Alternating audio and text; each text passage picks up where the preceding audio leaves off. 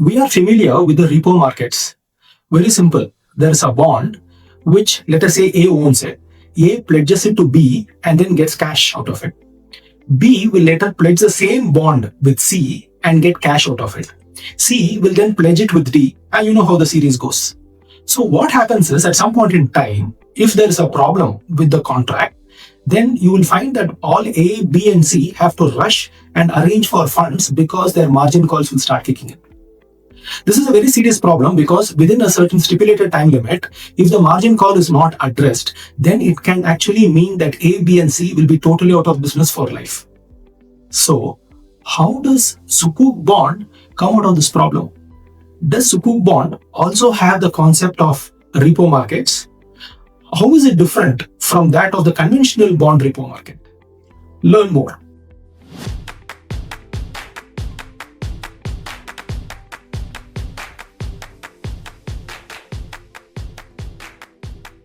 Have you ever wondered how a problem in one corner of the financial world can suddenly bring the whole system crashing down? Well, today we're going to get into that. We're going to explore how the very design of a financial tool can mean the difference between a house of cards and a fortress. Okay, let's just dive right in with the core idea here.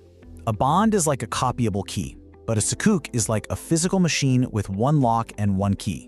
Now, I know that sounds a little weird, but trust me, this one comparison is going to unlock everything you need to know about one of the biggest hidden risks in finance. So let's break this down. Think of it as a tale of two assets. One is like a key that you can copy over and over and over again. The other is like a giant, heavy machine that is stubbornly, physically, one of a kind. And as you're about to see, each one creates a completely different financial universe with its own rules for risk.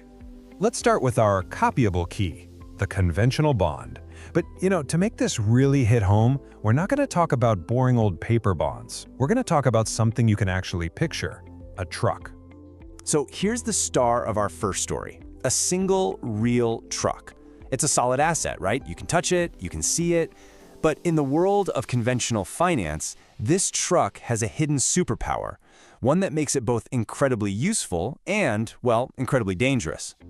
Okay, so how does this happen? Look at this chain.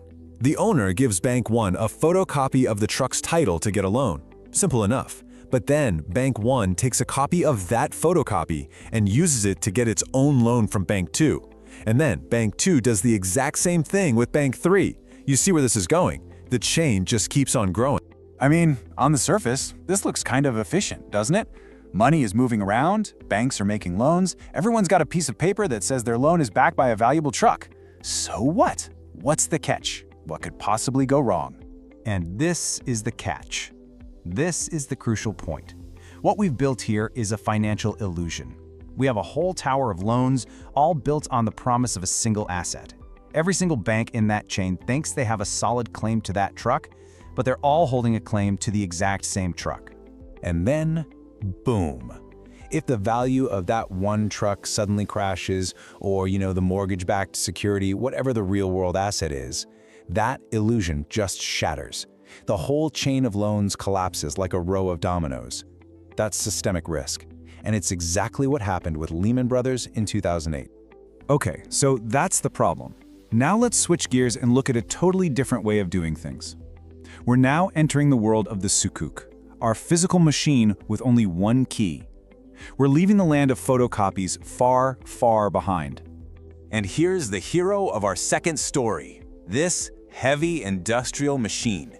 It's big, it's real, it's productive, and most important of all, you can't photocopy it. This represents the real, tangible asset that a Sukuk is built on. In this world, the rules are just different. They're simple and they're physical. The machine is pledged once. That's it.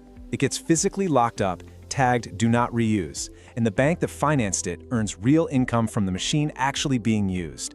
The crucial rule, it absolutely cannot be pledged again. The chain is stopped before it can even start. So the fundamental difference is right here, and it's so beautifully simple. One real asset leads to one pledge, which leads to one stream of income. No duplication. And that means no hidden leverage can build up silently in the background. What you see is what you get.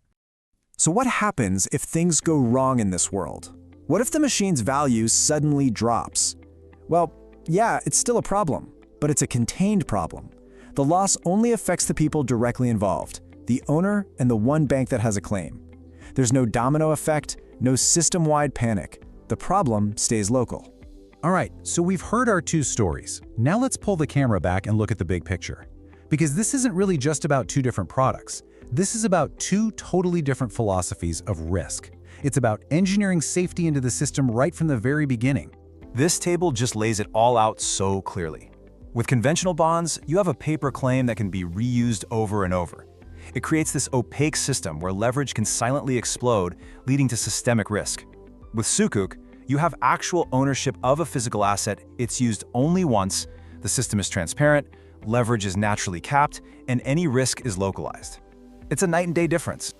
Look, if you need a quick mental shortcut to remember all this, this is it. A bond is like a shady real estate agent showing photos of the same house to 10 different buyers and taking a deposit from each of them. A Sukuk is like actually handing the keys to one tenant. You immediately get which scenario is stable and which one is an absolute disaster waiting to happen. So this is why the structure helps prevent those huge Lehman-style collapses. First, they make it impossible to multiply claims on the same asset. Second, they literally force finance to be tied to actual economic reality. And third, they physically stop those dangerous leverage loops from ever getting started. And I really want to land on this point because it's the most important takeaway.